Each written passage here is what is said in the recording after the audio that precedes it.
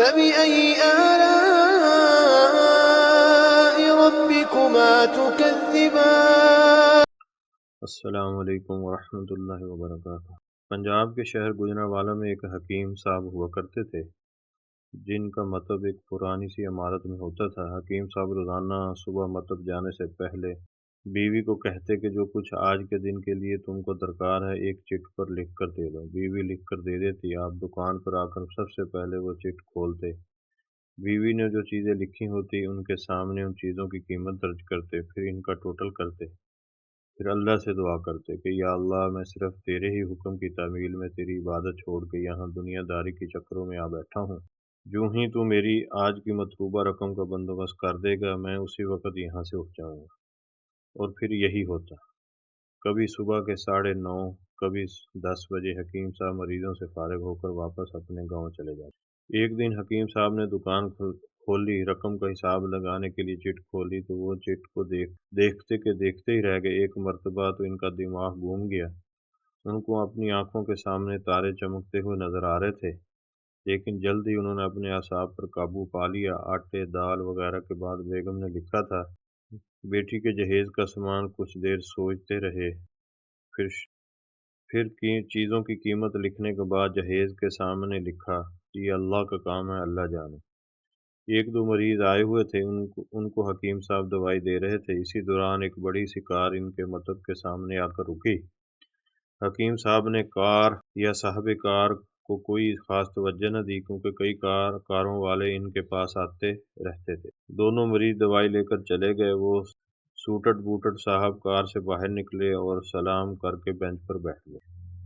حکیم صاحب نے کہا کہ اگر آپ نے اپنے لیے دوائی لینی ہے تو ادھر سٹول پر آ جائیں تاکہ میں آپ کی نبض دیکھ لوں۔ اگر کسی مریض کی دوائی لے کر جانی ہے تو بیماری کی کیفیت بیان کریں۔ وہ صاحب کہنے لگے، حکیم صاحب میرا خیال ہے آپ نے مجھے پہچانا نہیں، لیکن آپ مجھے پہچان بھی کیسے سکتے ہیں کیونکہ میں 15-16 سال بعد آپ کے مطب میں داخل ہوا ہوں۔ آپ کو گزشتہ ملاقات کا احوال سناتا ہوں، پھر آپ کو ساری بات یاد آ جائے گی۔ جب میں پہلی مرتبہ یہاں آیا تھا تو وہ میں خود نہیں آیا تھا، خدا مجھے آپ کے پاس لے آیا تھا، کیونکہ خدا کو مجھ پر رحم آ گیا تھا۔ اور وہ میرا ہوا اس طرح تھا کہ میں لاہور سے میرپور اپنی کار میں اپنے بھائی گھر جا رہا تھا۔ عین آپ کی دکان کے سامنے ہماری کار پنکچر ہو گئی۔ ڈرائیور کار کا پہیہ اتار کر پنکچر لگوانے چلا گیا۔ آپ نے دیکھا کہ میں گرمی میں کار کے پاس کھڑا ہوں، آپ میرے پاس اور آپ نے مطب کی طرف اشارہ کیا اور کہا کہ ادھر آ کر کرسی پر بیٹھ جائیں۔ اندھا کیا چاہے دو آنکھیں، میں نے آپ کا شکریہ ادا کیا اور آپ کرسی پر آ کر بیٹھ گئے۔ ڈرائیور نے کچھ زیادہ ہی دیر لگا دی تھی۔ ایک چھوٹی سی بچی بھی یہاں آپ کی میز کے پاس کھڑی تھی اور بار بار کہہ رہی تھی چلے نا، مجھے بھوک لگی ہے۔ آپ اسے کہہ رہے تھے بیٹی تھوڑا صبر کرو، ابھی چلتے ہیں۔ میں نے یہ سوچ کر اتنی دیر سے آپ کے پاس بیٹھا ہوں مجھے کوئی دوائی آپ سے خریدنی چاہیے تاکہ آپ میرے بیٹھنے کو زیادہ محسوس نہ کر سکیں۔ میں نے کہا، حکیم صاحب میں 5-6 سال سے انگلینڈ میں ہوتا ہوں۔ انگلینڈ جانے سے قبل میری شادی ہو گئی تھی، لیکن ابھی تک اولاد کی نعمت سے محروم ہوں۔ یہاں بھی بہت علاج کیا اور وہاں انگلینڈ میں بھی، لیکن ابھی قسمت میں مایوسی کے سوا اور کچھ نہیں دیکھا۔ آپ نے کہا میرے بھائی توبہ استغفار پڑھو، خدارا اپنے خدا سے مایوس نہ ہو، یاد رکھو اس کے خزانے میں کسی شے کی کمی نہیں ہے۔ اولاد، مال و اسباب اور غمی خوشی، زندگی موت، ہر چیز اس کے ہاتھ میں ہے۔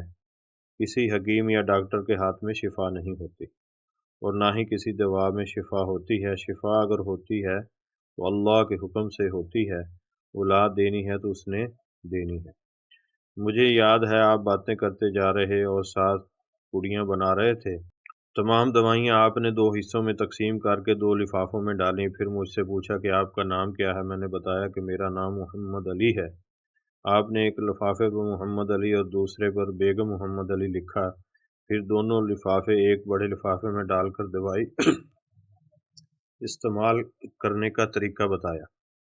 میں نے بے دلی سے دوائی لے لی کیونکہ میں تو صرف کچھ رقم آپ کو دینا چاہتا تھا، لیکن جب دوائی لینے کے بعد میں نے پوچھا کتنے پیسے، آپ نے کہا بس ٹھیک ہے، میں نے زیادہ زور ڈالا تو آپ نے کہا کہ آج کا کھاتا بند ہو گیا ہے۔ میں نے کہا مجھے آپ کی بات سمجھ نہیں آئی۔ اس دوران وہاں ایک اور آدمی آ چکا تھا۔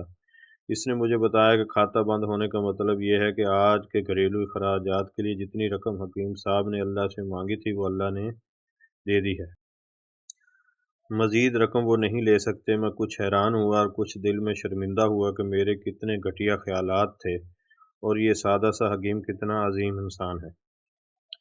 میں نے جب گھر جا کر بیوی کو دوائیاں دکھائی تو ساری بات بتائی تو بے اختیار اس کے منہ سے نکلا، وہ انسان نہیں کوئی فرشتہ ہے، اس کی دی ہوئی ادویات ہمارے من کی مراد پوری کرنے کا باعث بنے گی۔ حکیم صاحب آج میرے گھر میں 3 پھول اپنی بہار دکھا رہے ہیں۔ ہم میاں بیوی ہر وقت آپ کے لیے دعائیں کرتے رہتے ہیں۔ جب بھی پاکستان چھٹی آیا کار ادھر روکی لیکن دکان کو بند پایا۔ میں کل دوپہر بھی آیا تھا، آپ کا مطب بند تھا۔ ایک آدمی پاس ہی کھڑا ہوا تھا، اس نے کہا کہ اگر آپ کو حکیم صاحب سے ملنا ہے تو آپ صبح 9 بجے لازمی پہنچ جائیں، ورنہ ان کو ملنے کی کوئی گارنٹی نہیں۔ اس لیے آج میں سویرے سویرے آپ کے پاس آ گیا ہوں۔